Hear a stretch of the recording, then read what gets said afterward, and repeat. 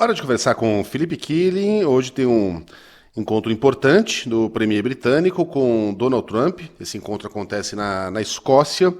Muitos assuntos sobre a mesa, mas certamente o prato principal é a tragédia em Gaza, né, Killing? Bom dia para você. É verdade, viu, Megali? Bom dia a você, Sheila, Carla, a todos que nos acompanham.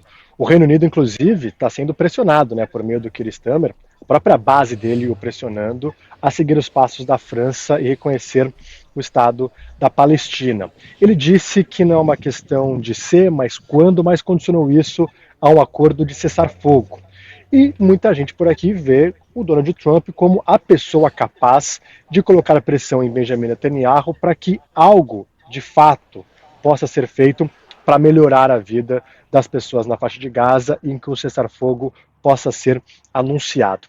Por enquanto, ainda nada. Israel está no segundo dia de uma pausa temporária por 10 horas ali em 3 regiões da faixa de Gaza para que a ajuda humanitária possa chegar em maior volume. Israel anunciou que mais de 100 caminhões entraram na faixa de Gaza ontem, mas mesmo assim é muito pouco. A ONU estima que são necessários de 500 a 600 caminhões por dia e por um longo período, para que o suprimento possa chegar aos palestinos e possa ter também um pouco de estoque.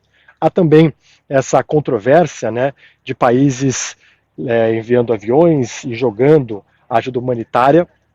É muito caro, não acaba sendo tão efetivo assim, pode até matar alguns palestinos no chão, né, dependendo de como essa caixa com suprimentos cai, e tem também um caos ali, as pessoas desesperadas, mas a ONU falou, a gente tem aí pelo menos uma semana que Israel anunciou a pausa, não falou exatamente quantos dias, mas a ONU está calculando algo em torno de uma semana para a gente fazer o máximo que a gente conseguir. Então vai ter a ajuda humanitária por parte dessa Fundação Gaza, que é bastante controversa, apoiada por Estados Unidos e Israel, apenas 4 pontos de distribuição, mas em paralelo a ONU fazendo a entrega. Vale destacar que a ONU tinha na faixa de Gaza mais de 400 pontos de distribuição de ajuda humanitária. Não vai conseguir fazer isso do dia para a noite, mas consegue fazer de forma mais organizada e consegue também chegar a mais palestinos a ajuda humanitária. Então vamos ver nos próximos dias o que é possível fazer nessa janela. A ONU fala que existem barreiras, existem controles, e existe também o medo de saque. Inclusive, reconheceu que alguns caminhões foram saqueados, mas por pessoas desesperadas, morrendo de fome, que vê um caminhão entrando e pula nesse caminhão para tentar pegar um pouco de comida, porque são crianças passando fome, são pais vendo seus filhos passando fome. Eu acho que qualquer pai, qualquer mãe que vê seu filho passando fome, de fato faz qualquer coisa. Então existe, né, todo esse caos na faixa de Gaza, e aí uma expectativa de que nos próximos dias algo possa ser aliviado, mas ainda muito longe de solucionar o problema. A solução do problema viria por meio de um cessar-fogo, e aí durante um período longo a entrada de pelo menos 500 caminhões por dia, assim como acontecia antes dessa guerra que se tornou massacre. Vamos ver se o Keir Starmer consegue colocar um pouquinho de pressão em Donald Trump para ele conseguir também colocar pressão em Benjamin Netanyahu e as coisas avançarem um pouquinho para melhorar a situação na faixa de Gaza. O Killing, tem tarifaço aí para vocês? Essa vai ser uma discussão entre as duas lideranças ou não?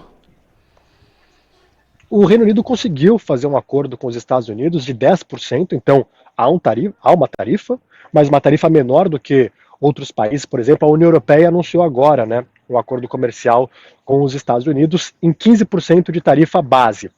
A aço e alumínio ainda continuam com 50%, alguns setores considerados essenciais tarifa zero, semicondutores e também o setor aeroespacial. A União Europeia ainda se comprometeu a investir 600 bilhões de dólares nos Estados Unidos e comprar 750 bilhões de dólares em energia, até também para diminuir um pouco a dependência da Rússia, mas é o gás liquefeito, né? Então acaba sendo mais caro. Então você traz o gás liquefeito, aí passa pelo processo aqui até se tornar o gás para fazer energia, e os consumidores vão sentir, né? Os produtos europeus ficarão mais caros nos Estados Unidos, e a estimativa é que o PIB da União Europeia tem uma retração até por conta dessas tarifas e também dos investimentos que serão feitos nos Estados Unidos. Mas o mercado acordou um pouco feliz, porque a gente está falando de dois blocos que, se você contar produtos e serviços, movimentam um terço do comércio global, $1,5 trilhão. Então, quase $1 trilhão em produtos, o restante em serviços. O Trump chegou a falar que é o maior acordo já feito. Muitos políticos europeus criticando, falando que a Europa atendeu muito às demandas dos Estados Unidos, que prevaleceram bastante. A Ursula von der Leyen, que esteve na Escócia e se encontrou com o Trump, né, ele tem um campo de golfe lá, inclusive tem jogado golfe, falou que foi um acordo bom. Então acabou sendo aí um acordo não muito bom para a União Europeia, mas poderia ser pior porque a ameaça era de 30%. E só para registrar, eu peguei o Killing completamente de surpresa com essa pauta, não estava programado a gente falar de tarifaço, mas o cara tinha todas essas informações no bolso. Repórter bom, não se deixa pegar no contrapé, Killing. Bom trabalho para você e boa semana. Que isso, tamo junto. Valeu, Megali, boa semana para vocês. Valeu, Killing. Olha, gente,